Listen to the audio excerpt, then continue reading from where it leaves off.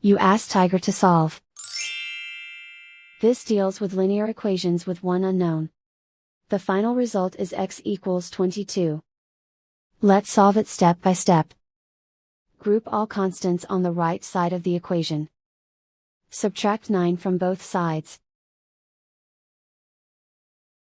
Group like terms. Simplify the arithmetic.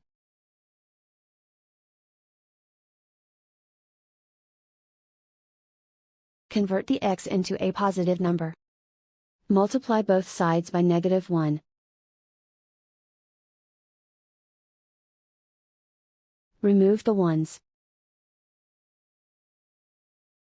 Simplify the arithmetic. And so the final result is x equals 22.